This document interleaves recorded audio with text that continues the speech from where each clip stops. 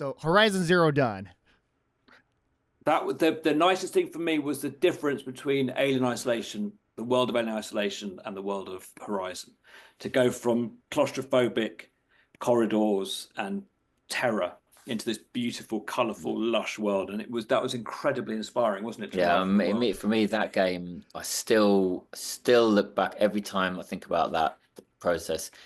Yeah, I still, that's one of my favorite times of composing ever, because it was freedom. It was a new IP. Yeah. So no one knew it was coming out. No one knew anything about it. No one had any set expectation or views about it. It was, there's a lot of freedom in that world where you're just walking around and looking at these amazing vistas, and that's what we were writing to, and freedom musically as well. Yeah. Nerd Reactor, roll out. I'm with the flight. You guys have done a lot of video game music, and I feel like video games is like a big part of your life. And I was wondering, like, outside of that, is video games also a part of your life? Not as much as it possibly could be, because we're so busy, and we've got families now. I play with my daughter when I can, but we don't have real time to sit like we used to be able to sit and play games. We're always either working or it's not as much. Yeah, it's different.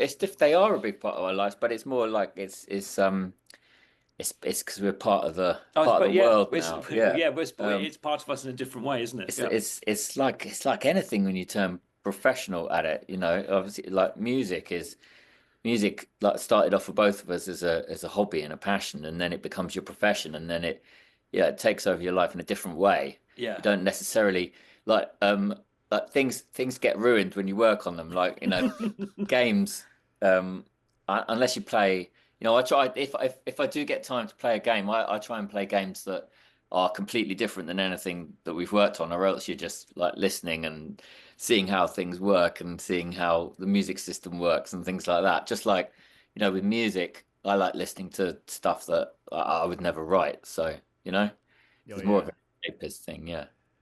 And I just want to add this, like, I'm playing right now, Split Fiction. I think both of you, 2 players, just you can play in like short bursts and couch co-op. So is it a couch co-op game? You can do couch co-op, yes. That's something that I think has been missing, and we used to play. The last game we played was a couch co-op. Yeah, that one where you escaped from a jail. A Way Out. Yeah, that was really good. That was really good. It wasn't too long. We could, because games are so, especially the ones we work on, they're so big and long. It's difficult. And you know, it's like overwhelming to even start them. But Split Fiction, I'll probably play that with my daughter. We're always looking for, you know, things that we can play together. And that is it good? I've been playing like a big chunk of it. Like I finished 2 acts out of I think the 3rd act, and it's from the guys that made A Way Out, the escaping from the prison, and so many varieties. I felt like I was never bored because they change it up a lot. Like it goes from sci-fi to fantasy to it's crazy. You got to check it out. But yes, back to I want to know more about the history between you two, like the forming like friendship, like finding out about each other. Is like I think I want to work with this guy for the rest of my life. Yeah, well, it did come to that. So I don't know if you know, but like we're both, neither of us are neither of us are from a kind of classical scoring background. We didn't go at film school or music college or anything like that. We're both from the London music industry, but like popular contemporary music. Like Joe started off as a bass player and played in bands and played 4 bands. And I was a studio musician. I was what we called then a programmer, which should probably now be called a producer. That I was the guy who came in and did like beats and synthesizers and stuff on records. And so we both started very young and had done quite a lot in our first kind of 10 years in the music industry. But we also saw that, you know, if you want a long-term, you know, for the rest of your life career in the music industry, which we both did because we couldn't do anything else, you've got to write. You've got to write music, either songwriting or composing, or, you know, just but making things that are copyright and, you know, that you earn off. That way you can do it for the rest of your life.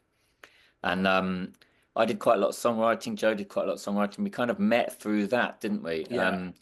He had a band that I got hired to produce, and we did that. But while that was going on, obviously I got Joe's Logic sessions and then worked on them, and it was the first time I'd ever kind of got a Logic session and worked on it and thought, oh, this is really good. This fits. That's exactly what I would do, and I can add to this, and this could be really good. And we got on as well. We got on really well. We stayed in touch after that band kind of went away, and a few years later, we both kind of had the same idea. We were both working on our own. Neither of us wanted to work on our own, because the way we were trained was that music is a thing you do with other people. And we met for lunch one day, and we just said, like, come on, we had a good thing, you know, we had a good vibe together. Let's give it a crack, you know. Let's do. We did each other's kind of work together for a bit, kept it on the down low for a bit, but then it was working really well. So then we thought, right, well, come on, let's just do this. Let's do this officially. Yeah, we had two agents at the time. We had an agent who looked after records, and an agent who does, you know, TV and film and stuff. So we were sharing each other's work, but yeah, not really talking to people about it. And then eventually we kind of made it a bit more official. And then the records agent is the person who said, you need to get yourselves a name, because it doesn't sound cool saying that. But we were always going to do that. Yeah, we're going to be this. So, yeah, so finding a name, and that seemed to help us, you know, kind of solidify it. Yeah. And then the rest is history, really. We've always talked about wanting to get into games, and I luckily enough met somebody who knew somebody at EA, and we messaged them for a few years, and eventually there was a game being made where they wanted the music to sound like it was licensed rather than sound like it was composed, and that's why they came to us, and that kind of opened the door for us into the games. It's quite a closed industry, and you need a break like that, because the hardest game to get is the first one. Yeah. Once you've done a game, then you're trusted. But until you've done a game, you're not trusted. And rightly so. You know, these are big things worth a lot of money. You need to kind of know what you're doing. But that are what you know. Everyone who's got into it has got a story about how they, you know, you need a little bit of luck. Yeah. That first one, and that was just that game was just there at the right time for us. We were just making that crossover between you know, working on other people's things and writing our own, and we had the sound they were after, and the rest is history. It's quite a mobile industry. I don't know if that's the right word, but people move from company to company and move countries, and the game we worked on first, those people left, went into other companies, and we've kind of kept friendships with people who've kind of moved from company to company, and that's kind of been the path that's taken us from, you know, doing the multiplayer on Black Flag to Odyssey to Shadows. Oh yeah. And so what was that like, that first moment where you felt like, all right, we are in the zone, we can keep on going, and we're not afraid of any challenges that, you know, faces our way? Only quite recently. Yeah, very recently. Yeah. We've always been quite afraid. No. I mean, it takes a while. I mean, you know, it's actual music, like writing music. Yes, we've been doing it for a long time, but it's very different working in the music industry with bands and artists, and then it's different doing TV, and then it's different doing games, and then it's different doing really well-known franchises that everyone's got their eye on, you know, as well. Yeah, the responsibility is quite big. Yeah, but really only, I would say after we've done, I don't know.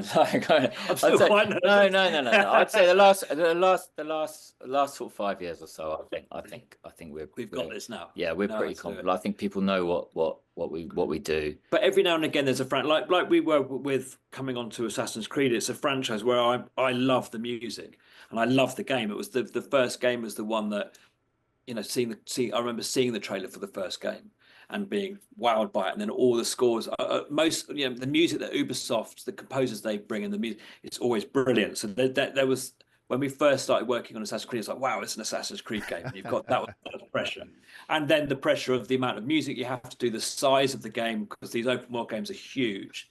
So it's a lot of responsibility in many ways. But it Oh was a lot yeah. easier the second The time than second the time first we time. knew what we Yeah. were doing, and we were working with the same team, so there was a shorthand between us. So Yeah. it did was in a way. Yeah, because each game it gets bigger and bigger. I'm pretty sure like the last was it Assassin's Creed Valhalla was easily like 90 hours or even like over that. It's But crazy. Shadows is smaller than that. Okay. It's not, they haven't they I think they kind of realized that. I think there's, a lot of people said the same thing as you just said there. I think perhaps Valhalla got slightly too big, and because there's a balance, isn't there? There's a balance between keeping the story kind of defined and then giving the player a lot to do. Games are expensive. You want value people for money, value for money, but yeah. So Shadows. I'm not spoiling anything in that. They've said it. Shadows is a bit smaller. I think it's about the same. I think the main story is about the same length as Odyssey. So yeah. Oh yeah, and I was looking at the Spotify list for Assassin's Creed Shadows, like over 50 tracks, and I'm like, okay, that's a lot of tracks. Yeah, and... that's not all of it. That's not all of it either. There's a lot more. It's most of it though. Yeah. So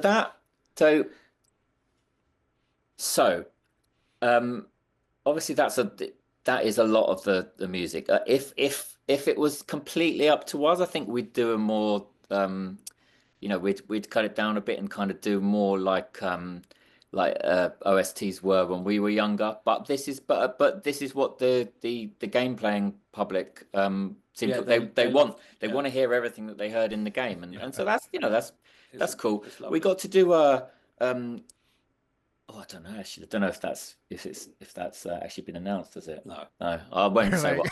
I love like on behind the scenes stuff. You're like, okay. Can we talk about this? Sometimes if they do a vinyl release, then you get to cut it down a little bit because there's obviously time on a record there's less time. You can't just do everything unless you're Horizon and you do a 10 disc. So I'll try to speak for you, but let's say if you were to do a vinyl, you would want the select like this is it. This is it would be cut down a bit. But when we were kids buying and you bought a soundtrack, it would be 60, 70 minutes long. Whatever the film, it would be concise. But I think the only time we've ever done that was did you see the Alien Isolation soundtrack got released last year after like 10 years? It's crazy. Yeah, but that was a short one. Yeah, because at that time, 10 years ago, it wasn't release absolutely everything, But that's what people seem to want now. So. Oh yeah, and okay. You have the Horizon Zero Dawn stuff, Alien Isolation, and it's different themes, like horror and an adventure, and then also with shadows. You got the more of the feudal Japan. So I'm pretty sure, like behind the scenes, it's creatively just awesome. Like getting to explore different avenues. It's what excited us initially about games was how different the briefs were. So we've done a lot of every time it's always different. Even coming from Odyssey to Shadows, the Shadows brief was very different to it was to Odyssey, and our process was very different. Yeah, and you just in any other form of writing music, you don't get that kind of level of like off the wall briefs. You're just right. It's ancient Greece, but it's a sci-fi game and stuff like that, and like a Horizon. The world's ended. We want it to sound like nothing else before. It's that is really inspiring, and it's good for composers. So you don't just write the same thing over and over again. It's good to have specific kind of new influences and new things to key off in every project. And Ubisoft, they were very specific with Shadows. Actually, they were with Odyssey as well, but with Shadows, they've done a lot of research into the music of the area and of the time, and they didn't want us to ape or copy that music. They wanted us to use some key instruments as like the core of the music on that, and then we did it in our when we initially pitched. It was right. Well, we'll do it, but we're going to do it in our way. So it's a very modern score. Okay, so what would that be like in pitching your way? Like, this is how we want to do it. Like, Well, How did you say that? Well, yeah, we do. If we're doing a pitch, then it's as much. It's not just about like trying to please the people that you're pitching for. It's about saying you've got to have the confidence to say, all right, look, this is what we would do. If you like it, great. Then we'll be able to do this game together. But if you don't like it, then we're not the right people. You know, if you try and be someone you're not on a pitch in order to get a job, then it'll just be a nightmare once you actually start. Yeah. So and we've lost pitches in the past, and then you see the game, it's like, oh yeah, we never would have done that. Once we lost again. No, yeah, we've pitched before, and then there is a disappointment, but then you see the game or you see the thing that you did, and it's like, oh well, that wasn't our vibe. That wasn't what we were trying to do. And if someone asks us to pitch on something and it's not what we do, then we say no. Yeah. And what do you think was the pitch that, like, okay, we want the flight to be a part of this for Shadows? Well, they do blind listening when they do these. So they ask a few people, and then they choose it from. They don't know who it is. They just choose the music, which is exciting and terrifying at the same time. But we had a short. We kind of knew straight away what we wanted to do. And it was influenced by our past and our lives combined. We knew what we wanted to do, and then it seemed to be what they were after somehow, or maybe yeah. I mean, we had that massive advantage of having done a Assassin's Creed before. So you do know, even though the brief is very different and the setting is very different and the instrumentation, you do know what you are going to end up having to write in the game.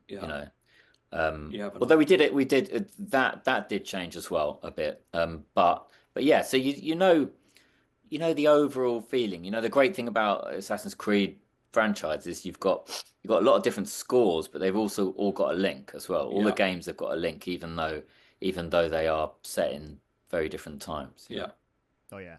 And I think with the Assassin's Creed, because you've worked on before, the theme is like the past and then the future, and getting to experiment with the instruments from that, it feels more authentic compared to like instruments that are more techy and synth and all that.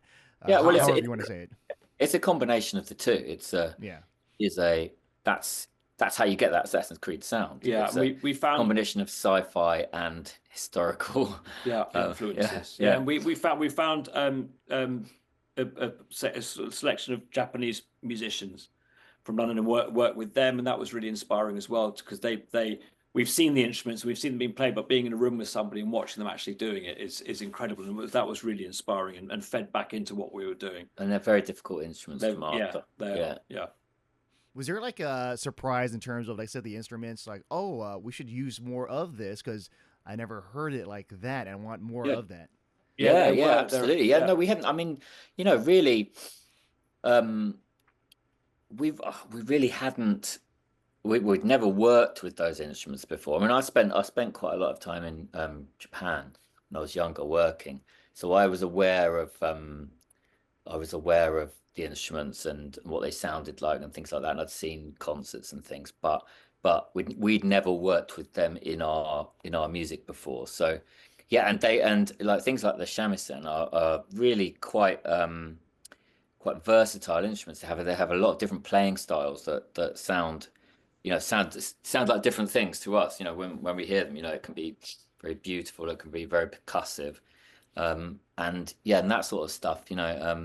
We can instantly then hear that and think, oh, that'd be good, in this part of the game, or that, so stuff like that. Yeah. But on Odyssey, we bought all the instruments ourselves, and basically with Mike, we learned how to play them basically over the duration of working on the game. But with the Japanese instruments, you really do have to get a master in to show you how it's done, because it was like the shakuhachi's almost impossible to play, I found. So we had to find somebody who could actually play it properly, and that was slightly different. I mean, it's a lot more. It's the game is set a lot more recently than Odyssey is the furthest back Assassin's Creed. The instruments we were using on that were quite. They're primitive. No. The word primitive is wrong, but they are. But obviously the technology of the time period of Odyssey was a lot less advanced, so the instruments have got much narrower range. They're not as complicated. But I mean, feudal Japan isn't actually that long ago, and these instruments we're talking about are quite advanced instruments that aren't any different now than they were in that time period. So the level of skill and practice in order to actually get good sound out of them is a lot more. Oh yeah. And I was wondering, like, for research, other than like, because you have the history of being in Japan. Did you do more of that recently, and just exploring the culture, just to absorb it all in? Yeah. Do you know what Ubisoft had done? You know, we come on, you know, a year and a half before release most of the time. And Ubisoft had done a lot of research of their own, which then we could, you know, read up and see videos and things like that. They'd done so much for this, a lot more than obviously a lot more than on Odyssey, where it's much harder to do because it's so much further back in time that there's not so much material. So we looked at a lot of theirs, but also yes, then we do our own process as well, where we listen to as many you know, as much Japanese traditional music as we could, and also a lot of Japanese film, but also like Joe was saying in another interview we did, a lot of the ways that has influenced Western culture as well, Western popular culture, you know, in the last 50, 60 years as well. So with anime has influenced massively, and then also into hip hop and the Wu-Tang Clan and modern for us anyway. That you know, it's massively influenced, you know, the samples being used in hip hop and stuff, and that was we're big kind of hip hop heads anyway. So that was one of the first things that kind of came to mind was thinking about the Wu-Tang Clan and how they work with sounds and loops that are taken out of, you know, old Japanese movies and TV shows and stuff. So I think I can hear a bit of that in the theme, right? Am I correct with the whole like what's the I don't know the names of the tracks now because they've been changed. The ones for the antagonists, they're I don't know what it's called anyway, now. There's a lot, and in some of the it can be very subtle. It can be something that you won't maybe spot, but there are little flute loops and things which are very kind of NPC kind of loops that we've been using in the. Oh yeah. And it's okay. Let's talk more about the main theme with creating like the kind of like the soft opening with the soft like instruments, and then it goes into the heavy bass. And just want to know like the process behind that. Well, so to know about the main theme, you've got to know about what we did first. The first thing we did on this game is we wrote theme pieces for each of the two characters, because this is the first AC where there are two completely playable characters and you can swap between them at any time. So they had to both have their own individual themes and instrumental palettes and sounds and feels. And we wrote two pieces that were kind of like a short story version of their character arc, of their background and where they end up in the game. That gave us their individual stories, and then the main theme is when is for them coming together and working together. So we knew we wanted it to be a banger and use all their instrumentation together, because this is the two characters who you know, start quite far apart and end up together, working together for the good of I don't want to say too much because the game's not out yet, but yeah, this is them working together. That's why it's quite quite heroic. It's quite Can I predict what it is? For the good of the Assassin Order? I'm not going to say yes or no. We haven't played the game. No, we haven't even. We don't actually know where it might have changed. I mean, obviously they're good. They're good against evil. Yeah. And okay, so I want to know, like, I want to go run by each, like, the games, right? And just, like, the thing that pops up, like, your most fondest memory. So let's say, for example, Alien Isolation. What was the one thing that just the fondest memory for each of you for that one? Well, it was working on that was my favorite film when I was a kid. Alien and Aliens. It was my favorite film when I was a kid, and so that was just like a dream come true working on that. Alexis makes fun of me because every job I work on, I go, "This is the biggest one thing we've ever done." So I thought. So he's going to say that for every single one. Yes, but that was that I thought that's going to be the biggest thing we ever work on. It was like this is it. You know, it's Alien, which for us was incredible. Oh yeah. Okay. And okay, Little Big Planet 3. How about that one? Oh, that was fun. That was that we did We only did a couple of tracks. Yeah, it wasn't so much than that, but it's a lovely You've done your research. Yeah, that was a lovely franchise. Yeah. To work on. No, it's cute with just it's playful and all that, and just the style. And okay, so Horizon Zero Dawn. That was the nicest thing for me was the difference between Alien Isolation, the world of Alien Isolation, and the world of Horizon. To go from claustrophobic corridors and terror into this beautiful, colourful, lush world, and that was incredibly inspiring, wasn't it? Yeah, for me, that game, I still look back every time I think about that process. Yeah, I still, that's one of my favourite times of composing ever, because it was freedom. It was a new IP. Yeah. So no one knew it was coming out. No one knew anything about it. No one had any set expectation or views about it. There's a lot of freedom in that world where you're just walking around and looking at these amazing vistas, and that's what we were writing to, and freedom musically as well, because that's what they wanted us to do, and so we learned during that game. We learned a lot of our kind of techniques, the flight techniques for composing, that we still use in everything we do now. Yeah. Will you? I'm pretty sure you can't say this, but anything about Horizon Part 3?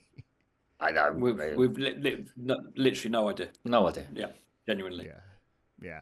That one, because I'm looking forward to that one just to see where it goes. I mean, they've left it on a cliffhanger. Yeah. But we genuinely haven't heard anything about. Someone's got to take on Nemesis. Exactly. And if it's not Aloy, then we'll all be, who We're knows? in trouble. Yeah. We're screwed. Yeah. And okay, how about Gotham Knights? Gotham Knights. That was Lockdown. So weirdly, it was a very we were doing childcare. We were in set. We took our favorite instruments home. We were sat in our houses doing childcare during the day and then writing the music at night, which is probably appropriate for the world of Gotham. We learned a lot being separate in a way. We learned a lot of things which we then brought back, and we changed. We reduced down our studios when we came back, and it streamlined us a lot. I learned a lot about orchestral arranging on that. I think that's what I was going to say. I think that's where we, because superheroes, you've got to have a certain amount of orchestra in the sound when it comes to superheroes, and I think that's probably the first thing we did where we really kind of successfully, worked out the orchestral side of the flight, and how we were going to combine that with our kind of our normal stuff we do. Yeah. And last one, Lockwood and Co. Oh my goodness, Lockwood and Co. That was us going back, reducing back down again, and just kind of doing it like a band. Yeah, and learning how a TV show, multi-episodic TV show is made, because it is. I guess we probably haven't done a few games. We thought, all right, yeah, this won't be as hard. It's it's much less music. It's it's not, but it was challenging. It's completely different challenges, and the fact that it's always moving, it's always the edits doesn't get locked until right at the end, and there's a lot more people to please while you're going along. But it was really fun to do. It was a great story, and a fun musical brief on that. And we literally did. We didn't have. It was just basically back down to sitting with bass guitars and effects units and stuff. So it was kind of back to our roots, really. Oh yeah. And I guess with that said, I want to wrap this interview up. I just want to say it's been a pleasure chatting with you, and I love seeing the progression of your works and like the Assassin's Creed franchise, and now like this is the Shadows. This is like your thing now, and hopefully like maybe a concert series in the future. Well, they do the concerts. Yeah, but one with just ours. Oh, just like Yeah. But Like your own Hans Zimmer concert, you know. Yeah, exactly. Yeah. Just us. But no, they do the AC concerts and they're brilliant, but they're getting very long because they do music from each of the games. So they're getting a bit unwieldy. So maybe we'll think of something different to do with it. Yeah, we'll do The Flight where we get like really long guitars. Really long guitars. Yeah, or what with like three necks. And fire. 3 necks. Yeah. Can you imagine trying to get permission from Sony, Ubisoft, Man, the others like trying to in the same concert? That would be it could be a thing. It could, You never know. Use your magic, you know. But yeah, Joe, Alexis, it's a pleasure chatting, and love you talking. have a great rest of your day. Brilliant. Angie, thanks, mate. Thanks very much.